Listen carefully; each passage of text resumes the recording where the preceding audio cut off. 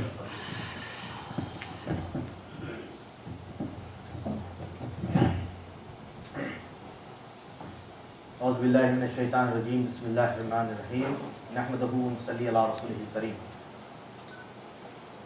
میں سب سے پہلے خاک طیبہ ٹرسٹ کا بہت زیادہ مشکور ہوں، شکر گزار ہوں.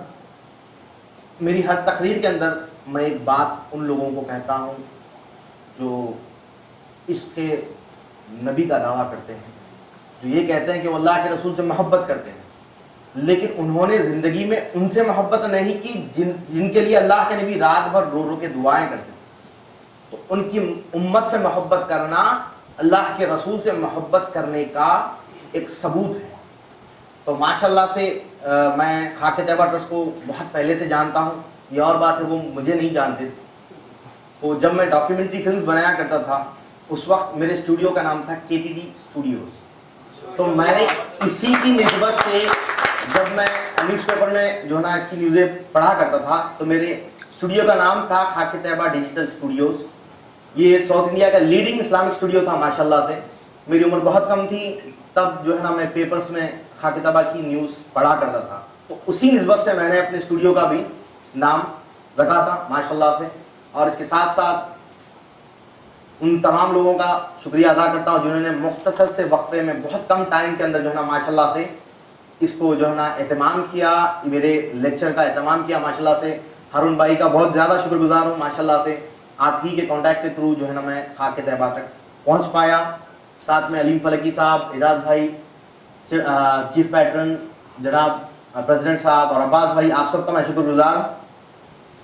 اب انشاءاللہ عزوجل میں آتا ہوں میرے مضمون کی طرف. طب نبوی صلی اللہ تعالی علیہ وآلہ وسلم ہے کیا؟ دراصل تو طب نبوی وہ ادویات ہے جو نبی پاک صلی اللہ تعالی علیہ وآلہ وسلم نے کچھ آفات پر خود استعمال کیے اور صحابہ کو بتائے. یعنی جب صحابہ اپنی پریشانی لے کر اللہ کے نبی کے نزدیک پہنچتے، آپ سے پوچھتے یا صلی اللہ علیہ وسلم فلاں پریشانی ہے، تو آپ ان کو یہ پرسکرائب کرتے کہ تم اس بیماری کے لیے یہ دوا کا استعمال کر لو، تم اس بیماری کے لیے یہ دوا کا استعمال کر لو. اب یہاں پر سب میں بڑی پریشانی یہ ہوتی ہے کہ جب کبھی طب نبوی صلی اللہ تعالی علیہ وسلم کا نام لیا جاتا ہے تو یہاں پر سب میں بڑی بیماری ہماری قوم کی یہی ہوتی ہے کہ اس کو لے کر جا کر سیدھے طب یونان سے اس کو جوڑ دیا جاتا ہے. یہ ظلم ہے طب نبوی کے اوپر. خدا کے لیے اس کا کوئی لنک کسی تھراپی سے کسی پیتھی سے نہیں.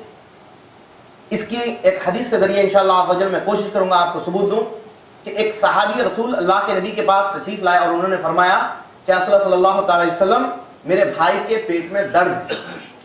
تو اللہ کے نبی نے فرمایا کہ انہیں شہد پلایا ہے. تو اطباء نے اسے ڈائریا کی بیماری کہی کیونکہ صحابی رسول نے جس بیماری کا ذکر کیا تھا، جو سمٹمز بتائے تھے، اسے لگتا یہی ہے کہ ان کے بھائی کو ڈائریا ہوا. تو اللہ کے نبی نے فرمایا کہ تم شہد کا استعمال کرو. اب دوسرے دن پھر وہ صحابی رسول آئے، فرمایا رسول اللہ اسے تو اور زیادہ جو نا ان کا درد شکم بڑھ گیا ہے. تو اللہ کے نبی نے کہا کہ نہیں، اور زیادہ شہد پلاؤ. تو اسی طریقے سے 4 مرتبہ وہ صحابی اللہ کے نزدیک آئے تو اللہ کے نبی نے انہیں پھر سے شہد پلانے کے لیے کہا. تو 5ویں مرتبہ جب وہ صحابی آئے تو اللہ کے نبی نے کہا کہ اے صحابی یاد رکھنا کہ تمہارے بھائی کا پیٹ کا درد جھوٹا ہو سکتا ہے لیکن اللہ کا کہا ہوا جھوٹ نہیں ہو سکتا. تو یہاں پر آپ کو اس بات کا ثبوت ملے گا کہ طب نبوی صلی اللہ تعالی علیہ وسلم کا راز تعلق اللہ عز و جل سے ہے. یہ طب نبوی ایک الہامی جو نا تھراپی ایک پتھی ہے ماشاءاللہ سے. یہ اس کا راز تعلق جو نا اللہ کے نبی نے اس حدیث کے ذریعے اس کا ثبوت دیا ہے کہ جب کبھی اللہ کے نبی نے کسی بھی بیماری کے بارے میں کسی کو پرسکرائب کیا تو اس کا راز تعلق اللہ عز و جل سے. تو اب طب یونان کو بابلی تہذیب والوں کو خدا کے لیے اس کے ساتھ نہ جوڑے، میں آپ سے ادباً گزارش کروں گا. دوسرا مسئلہ، اب میں انشاءاللہ عز و جل میڈیکل سائنس کی طرف دھیرے دھیرے آؤں گا، اس کے بعد سوالات کیا کریں انشاءاللہ. پہلے مجھے انٹروڈکشن دینے کا موقع دیں کہ طب نبوی صلی اللہ تعالی علیہ وسلم ہے کیا. تو اب کچھ ایسی چھوٹی چھوٹی باتیں ہیں جیسے کہ آپ میں سے کتنے لوگ ہیں جن کو راتوں میں ڈراؤنے خواب آتے ہیں؟ مجھے بتائیں کتنے لوگ؟ کسی کو نہیں آتے؟ ماشاءاللہ. اور کتنے لوگ ہیں جو سیدھی ہاتھ کی جانب جو ہے نا روز سویا کرتے ہیں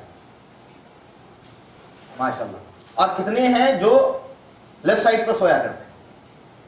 ٹھیک, اب میں آپ کو بتاتا ہوں ماشاءاللہ سے اس کے بارے میں. میڈیکل سائنس کہتی ہے کہ جتنے لوگوں کو نیند کی بیماریاں ہوتی ہیں یا ڈراؤنے خواب آتے ہیں, کچھ لوگ نیند میں ہڑبڑا کر اٹھ جایا کرتے ہیں. میڈیکل سائنس نے یہ بات بتائی ہے کہ جو لوگ سیدھی طرف سویا کرتے ہیں ان کو کبھی یہ پریشانی نہیں ہوتی.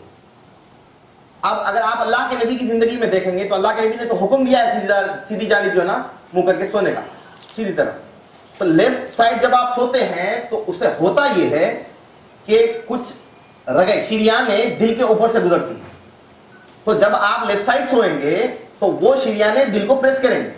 اس کی وجہ سے آپ نیند میں ہڑبڑا کر اٹھ جائیں گے, یا پھر آپ کو, انسان کے پاس شعور اور لاشعور ہوتا ہے, ٹھیک ہے, آپ یعنی کہ کانشیسنس سب کانشیسنس, ٹھیک ہے. تو وہ خیال کبھی کبھی آپ سوچیں گے کہ ہمیں یہ چیز کہاں سے یاد آ گئی, ہم نے انہیں کہیں دیکھا تھا. تو یہ تمام چیزیں آپ کے لاشعور میں جا کر محفوظ ہو رہی تھی. تو جیسے ہی وہ انسان آپ کے سامنے آ جائے گا آپ کو یہ چیز مطلب جو نا محسوس ہوگی کہ میں نے اسے کہیں دیکھا. تو جب آپ تھوڑا سا دماغ پر اور زور ڈالیں گے تو آپ کو پتہ چل جائے گا کہ یہاں پر ہے. تو ڈراؤنے خوابوں کا تعلق بھی اسی سے ہے. آپ کبھی سوچیں گے میں نے اس بارے میں کبھی سوچا ہی نہیں ہے, پتہ نہیں وہ شخص کہاں سے میرے خواب میں آ گیا. تو اس وقت آپ اس چیز پر غور کر لیں کہ اس وقت آپ ضرور لیفٹ سائڈ پر سوئے ہوں, تبھی جا کر آپ کا لاشعور آپ کو ایسے خواب دکھائے گا جو آپ کے لاشعور میں محفوظ ہو گئی تھی وہ یاد ہے, ٹھیک ہے. اب ایک اور جرمن سائنٹسٹ کا واقعہ آپ کو بتاؤں گا جو سرجن تھا مشہور و معروف, جو مینٹل ڈیزیز کو کیور کیا تھا ماشاءاللہ. تو اس نے 20 سال اس پر ریسرچ کی. اس نے یہ معلوم کرنے کی کوشش کی کہ دراصل یہ بیماری آتی کیوں.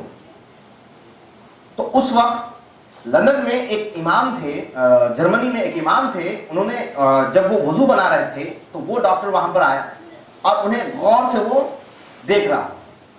اس کے بعد جب امام صاحب کا وضو ہو گیا تو آپ نے آ کر اس سے پوچھا کہ کیا بات ہے, آپ بڑی دیر سے مجھے غور سے دیکھ رہے ہیں. تو جرمن سائنٹسٹ نے انہیں جواب دیا, ریسرچ اسکالر نے انہیں جواب دیا کہ میں لوگ پاگل کیوں ہوتے ہیں اس کی وجہ جان رہا تھا. اب اس نے بیان کیا کہ پاگل پن کیسے ہوتا ہے. ٹھیک ہے, دماغ سے شریانیں نکلتی ہیں اور گردن کے یہ پچھلے راستے سے جسم کے تمام اعضاء میں پھیلتی ہے. اب آپ کا اگر دماغ کا تعلق جسم کے تمام اعضاء سے ہو تبھی جا کر اگر آپ دماغ میں سوچیں گے کہ ہاتھ اٹھانا تو ہاتھ اٹھے گا.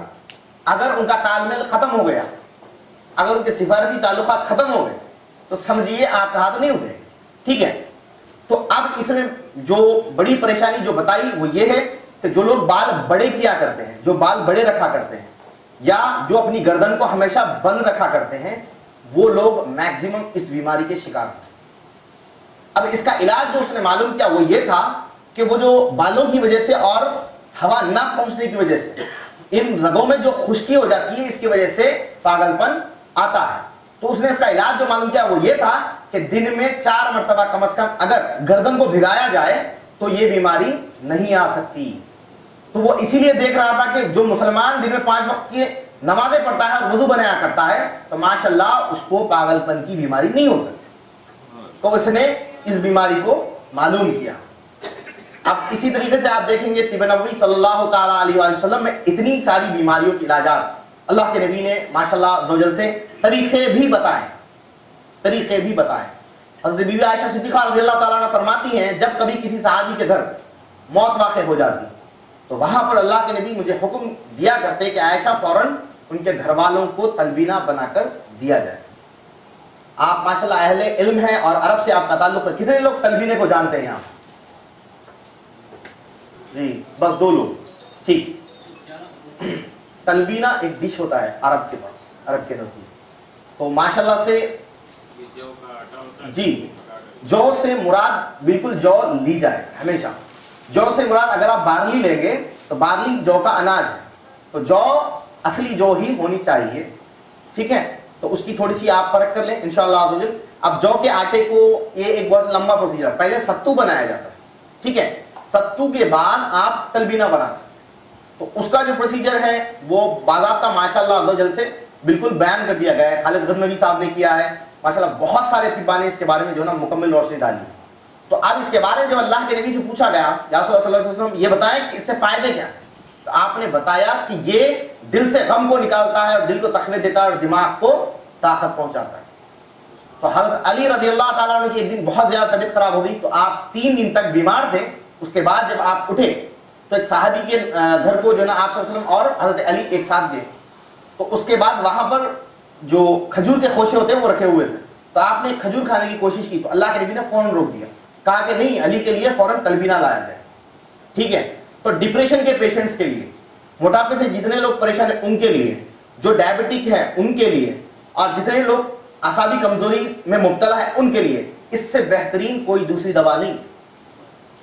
یہ ہر آدمی اپنے گھر میں بنا سکتا ہے ماشاءاللہ، بہت ہی ایزی جو ہے نا اسٹیپس ہے اس کے ماشاءاللہ۔ اب اس کے ساتھ ساتھ دانتوں کی بیماریاں ہیں، دانتوں کی بیماریاں اگر آپ لیں گے تو حدیثوں میں آیا ہے کہ کھانا زیادہ چبا کر کھایا جائے، اس سے ہوں گے 2 فائدے۔ ایک فائدہ تو یہ ہوگا کہ آپ کے دانتوں کی ایکسرسائز ہوں گی، ٹھیک ہے۔ اب اگر آپ غور کریں گے ان لوگوں کو جو ایک ہی طرف سے چباتے ہیں، ایک ہی طرف سے، تو آپ دیکھیں گے کہ جس جگہ سے وہ چباتے تھے وہ دانت تو ماشاءاللہ سے رہیں گے، لیکن اس کی دوسری سائڈ والے جتنے دانت ہیں وہ جڑ جائیں گے، وہ کمزوری کا شکار ہو جائیں۔ اس کی وجہ یہی ہے کہ آپ نے دانتوں کی صحیح طریقے سے ایکسرسائز نہیں کی، اس لیے دانتوں کی دونوں ہی طرف سے چبانا چاہیے، ایک فائدہ یہ ہوگا۔ دوسرا یہ ہے کہ جب آپ دونوں طرف سے چبائیں گے، زیادہ چبائیں گے، تو میدا جو ہے، میدے کو زیادہ محنت کرنی نہیں پڑے گی آپ کے کھانے کو ہضم کرنے۔ تو یہاں پر ایک مسئلہ یہ بھی آتا ہے کہ ہم بے دھڑک کھانا کھاتے ہیں۔ اللہ کے نبی نے بتایا کہ جو ہے نا بھوک باقی ہو تب تک کھائیں، یعنی بھوک ختم ہونے سے پہلے کھانے کو چھوڑ دیا جائے۔ اگر آپ کسی بھی ڈاکٹر سے یہ بات پوچھیں گے، کسی بھی ڈاکٹر سے، تو وہ آپ کو یہی بتائے گا کہ جب کبھی آدمی کھانا کھاتا ہے اس کا صرف 10% انسانی جسم اس کا مطلب حاصل جو ہے وہ لے سکتا ہے، باقی کا جتنا ہے وہ کرش کر کے جو ہے نا باہر پھینک دے گا۔ تو آپ کو زیادہ کھانے سے صرف یہاں تک کی لذت ملے گی، اس کے بعد جتنی بیماریاں آئیں گی اس کی ذمہ دار آپ ہوں گے۔ اور اگر وہ کھانا آپ نے بغیر چبائے ہی نگل لیا، دھیرے دھیرے کر میدے کی جو ہے نا ہر چیز کی ایک ایکسپائری ہوتی ہے، میدا اتنی ہی چیزیں برداشت کر سکتا ہے جتنی اس کے اندر سکت۔ اگر آپ میدے پہ اتنا زیادہ بار ڈالیں گے، اتنا زیادہ بار ڈالیں گے کہ میدا ان چیزوں کو ہضم نہیں کر پائے گا، تو تھوڑے دن بعد آپ کو ایسی بیماریاں جیسے کہ السر ہے، میدے کی گرمی ہے، ایسیڈیٹی آف اسٹمک ہے، یہ جتنی پریشانیاں ہیں یہ تمام پریشانیوں سے آپ کو دوچار ہونا۔ اب بات آتی ہے بچوں کی نشو و نما کے اوپر، ٹھیک ہے۔ بچہ جب 12 سال 13